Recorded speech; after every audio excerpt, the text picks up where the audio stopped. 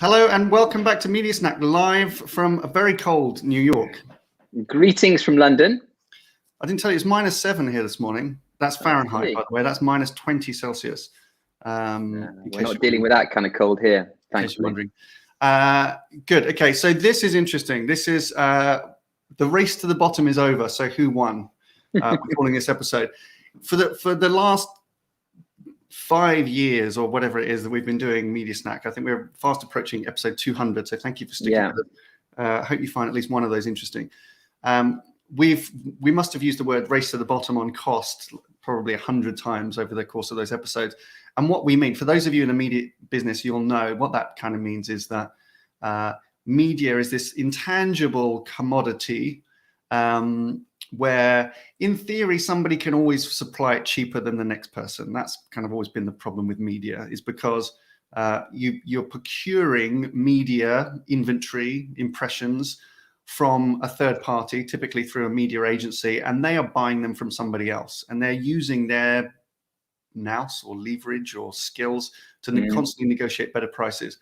As soon as those prices get a bit difficult to deliver, then of course the quality of media impressions then starts to erode, let's say, and that the pressure on lower and lower prices arguably has caused the amazing flourishing success of fraudulent or counterfeit advertising. So when things become impossible to deliver for the price, what do you tend to get? You then tend to get fake versions of that thing or very poor quality versions of that thing. And so, you know, historically, the marketers or the advertisers' obsession with lowering the cost of media and making it a commodity has actually resulted in a gigantic fraudulent counterfeit impression industry. So well done, everybody. We've all been complicit in that. But we're saying that that's over now. The race to the bottom is over. Question is, who won? Who won the race to the bottom? Well, if you're a follower of Seth Godin, I've got a few of his books around here somewhere. Seth Godin famously said, the problem with the race to the bottom is nobody ever wins. Okay, because there's always somebody that goes cheaper. And over the years, we've seen that in pitches, right? We historically, you know, there'll be some very impressive commercial guarantee from agencies or commitments to what look like reasonable pricing. Someone comes along at the 11th hour and says, whatever they said, we'll beat it by 10%. And then you get this race to the bottom. We've had advertisers that we've talked about in the past who have conducted reverse auctions for pricing historically, right? So literally racing people to the bottom, trying to encouraging agencies to undercut each other. And over the year, and we talk about pitching over the years, you know, we've referenced the Mediapalooza or whatever was it called, Media-mageddon, Pitch-mageddon, I think somebody called it, which was like 2015, 2016, where we had a lot of global consolidation pitches in media, you know, a lot of them driven by cost, you know, trying to aggregate scale, consolidate into a single agency, use the leverage to try and get the agency to help you reduce pricing. And that was the big part of the race to the bottom. We're seeing the shift, and this is what we're going to talk about now. You can talk about the research that we've been doing. We're seeing positive shift in sentiment. We've been experiencing it for a few years. We've been strong advocates of, you know, what we call media for growth, right? Which is thinking of media as an investment in some business outcome rather than a cost to the business that needs to be managed downwards. We've said that again and again for many years. Feels like something's happening. Do you think? I know. That's my long introduction. What is going on? Let's talk specifics. Well, I mean, you know, I talk about being excited about Project Spring, you know, the WFA white paper that they put out talking about the new procurement. And I'm about as excited with these findings, the report that we've just published as I was, I think, around kind of Project Spring. So we just published a second report around attitudes to media trading. This is part of our kind of biannual research program where we investigate trends around the 7 key behaviors that we believe are exhibited by the most successful advertisers in the world. And this is around attitudes towards media trading. The first wave of this research was conducted in 2018. And we pretty much asked the same sort of questions. So we're able to assess the evolving attitudes in certain kind of key disciplines. And this particular trading report was fascinating because it showed a significant improvement or the direction of travel in terms of attitudes, in line with the way that we've been talking, in line with media for growth, in line with moving media away from being associated with a saving, with a cost, into one of a kind of value proposition. So, I mean, there are a couple of kind of key headline findings that I want to just kind of pick out. And the most significant one for me is that overwhelmingly, the vast majority of those people that we interviewed agree that media inventory should be looked at as a quality buy rather than a commodity buy. So a quality buy that delivers competitive advantage. Now that's 20% up from 2018. So when we conducted the same kind of research in 2018, but even more important and exciting, because we interviewed media leaders, we interviewed procurement leaders, and we interviewed marketeers. Yeah. It was the significant shift in procurement, actually, in considering kind of media and media buys as a quality buy rather than a commodity buy that impressed me most. So that shows a massive attitude kind of shift. The second important finding that I think we can take from the research is that business results actually ranked as the most important indicator of media trading success. So it wasn't about trading. It wasn't about lowering the price of media or necessarily even financial transparency. It was linking quality media buys to a business output, right? When we're talking about media for growth, as you said, that's what it's all about, right? It's about seeing media as a critical deliverer in sustainable media growth, in business growth. And media buys are all about delivering that. And so the advertising and media and procurement community beginning to acknowledge that. Now, it's not all great news in terms of the research. When we asked the respondents whether they still believe that actually it's the buy, the media execution, that is driving the media plan or the thinking, or vice versa, it was pretty balanced. So in some cases, over half of the respondents still believe actually that it's the buy that drives the thinking. But interestingly, the marketeers that were surveyed almost overwhelmingly felt that it was the other way around. So they're perhaps less cynical than the procurement and media leaders that we interviewed with regards to the motivations around the kind of the media plan. But overall, the sentiment is hugely encouraging.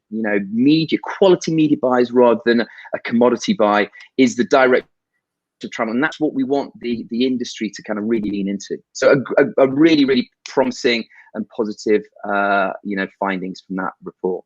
Yeah, I love that. Let's think about some of the implications. Yeah.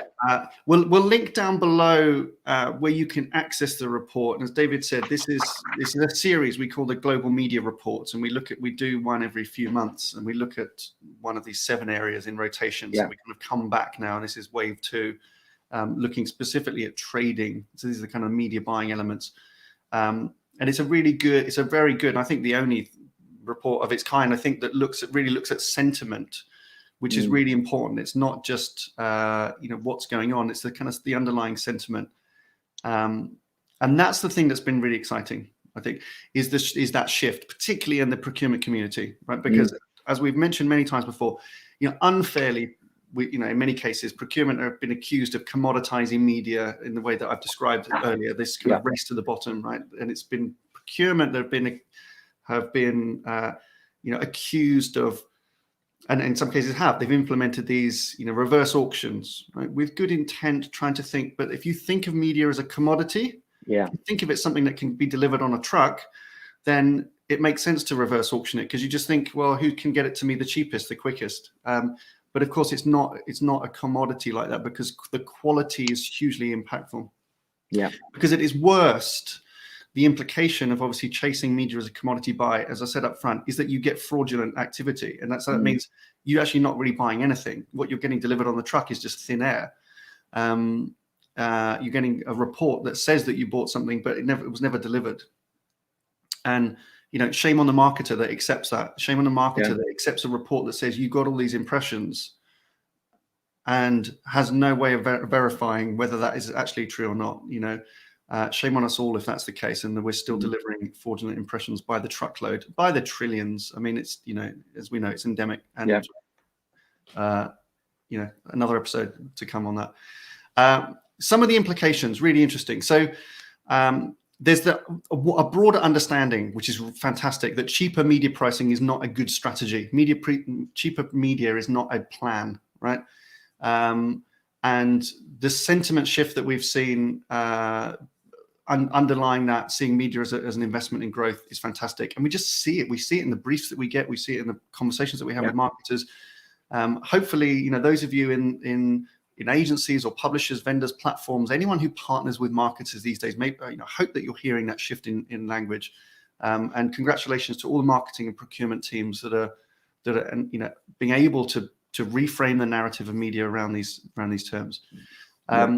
Where it really comes, the sharp point is, and that's been our experiences on managing media agency pitches. Just to give an illustration for those of you that haven't been involved in a pitch either that we've run or that we've worked with you as an advertiser on, we demand upfront that the core team on the advertiser side, so these are the decision makers, that what we call our kind of pitch stakeholders, have an appreciation for how influential what we call the commercial elements are going to be. So how important is the price of the agency and the services and the delivery of media? How important is that in the overall decision making? Okay, and so we kind of isolate that as a certain percentage. Should be less than 50%. We typically say it should be 40%. And also, part of a pitch is asking agencies to make some form of comparative commitment on the price that they can buy media for. It's a really difficult exercise to do, but so we have a way of doing that, so we can compare agencies' media buying one against another. But it's important to set reasonable and realistic targets for that. So what we want to avoid is agencies without any instruction, because they quite happily do this. If you just leave them to race to the bottom, they just race to the bottom of their own accord. So sometimes you actually have to stop them doing that. You have to kind of set ranges for what we think is reasonable in terms of media pricing or discounts, and encourage agencies to try to find within that range. It's kind of interesting because actually, if you get agencies within the range, it kind of negates the commercial evaluation actually, and you can really focus then on the capabilities and the talent and all the good things that agencies can come and deliver beyond just the commercial. So that's been really good, is to see the shifting brief from the marketer, from the advertiser in pitches. And again, if your agencies, hopefully you've seen a slightly better, more positive experience in pitches than you might have had in previous years.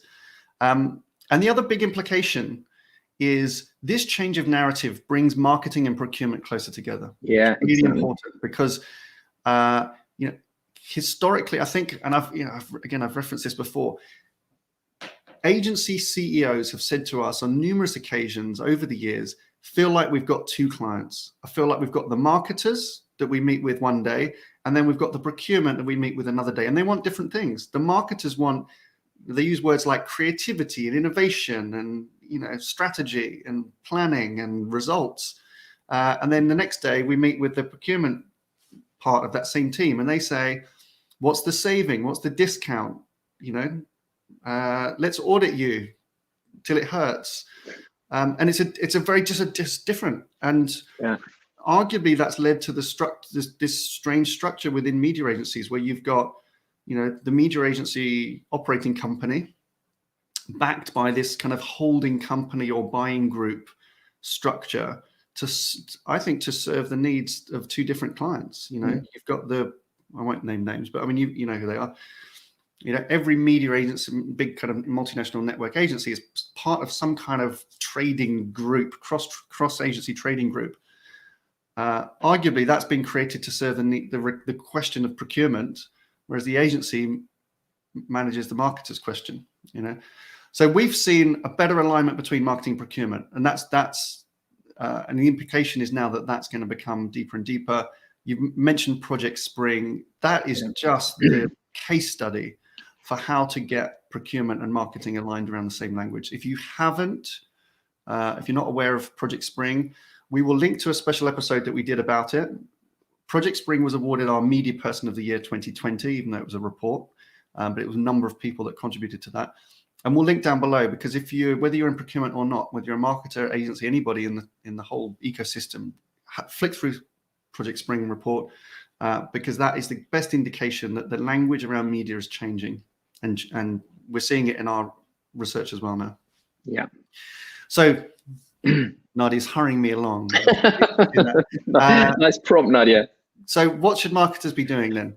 Okay, well, I think there are a couple of things that the good marketers should be doing with these findings, and kind of joining the momentum, I suppose, in the industry. The first is really champion kind of a media for growth narrative internally within the organization.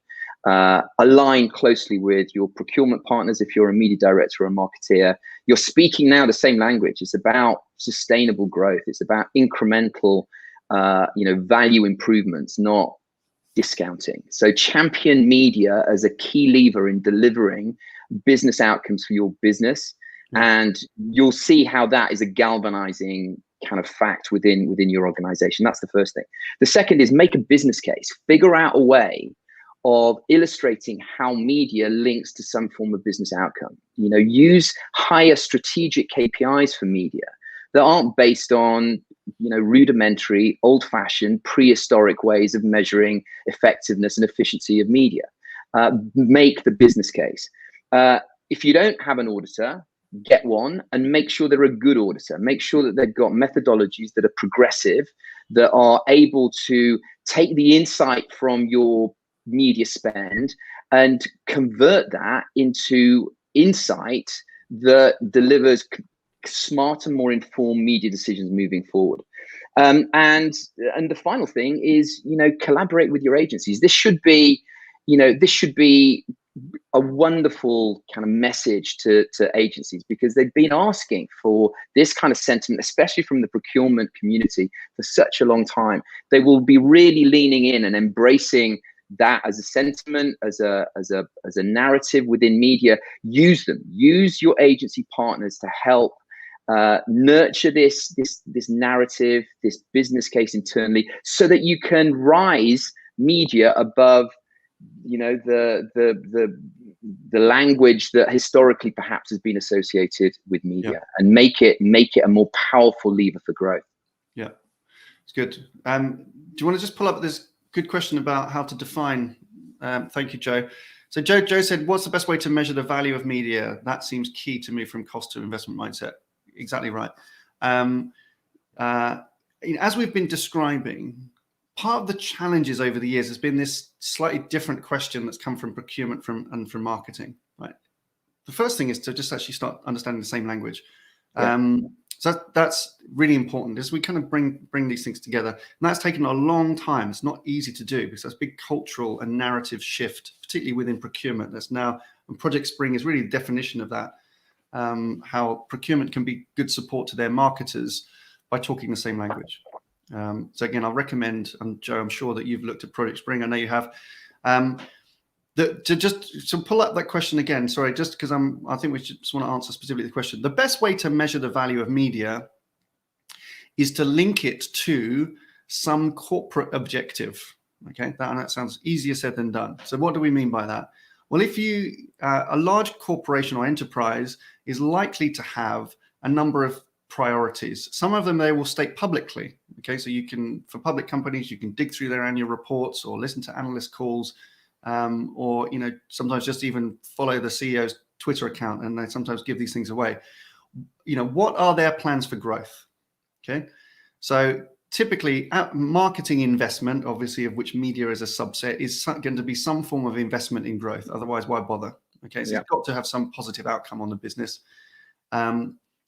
If you can understand and look at the ways that a company thinks it can grow, not everything is going to be delivered by marketing, but some of those things can be delivered by marketing, or marketing can make a significant contribution, whether that's the reputation of the business, or expanding into new markets, or launching new products, whatever it might be. once you can kind of identify which corporate priorities marketing can address, then really the marketer, the CMO, should be identifying how marketing will address those things. Yeah. And then it should ladder down. That doesn't always work. It's not always that you walk into these big organizations and you can ask the CMO and you can see this natural link between corporate priorities, CMO, marketing kind of strategy, and then how media delivers against that. But it's that, in theory, that's what it should be. What it means is, though, is that we shift from media. You have to go through an exercise to really unpick often first what the KPIs are for media, and then build them, redefine KPIs for those that deliver the marketing objectives and the corporate objectives. Okay, it's not an easy exercise, but it's an exercise, and we've done this with a whole bunch of businesses over the years. To create a KPI framework, right? And basically what we're doing here is we're saying every dollar that we invest in media should be measured against something which contributes positively to the business and not just some kind of media metric.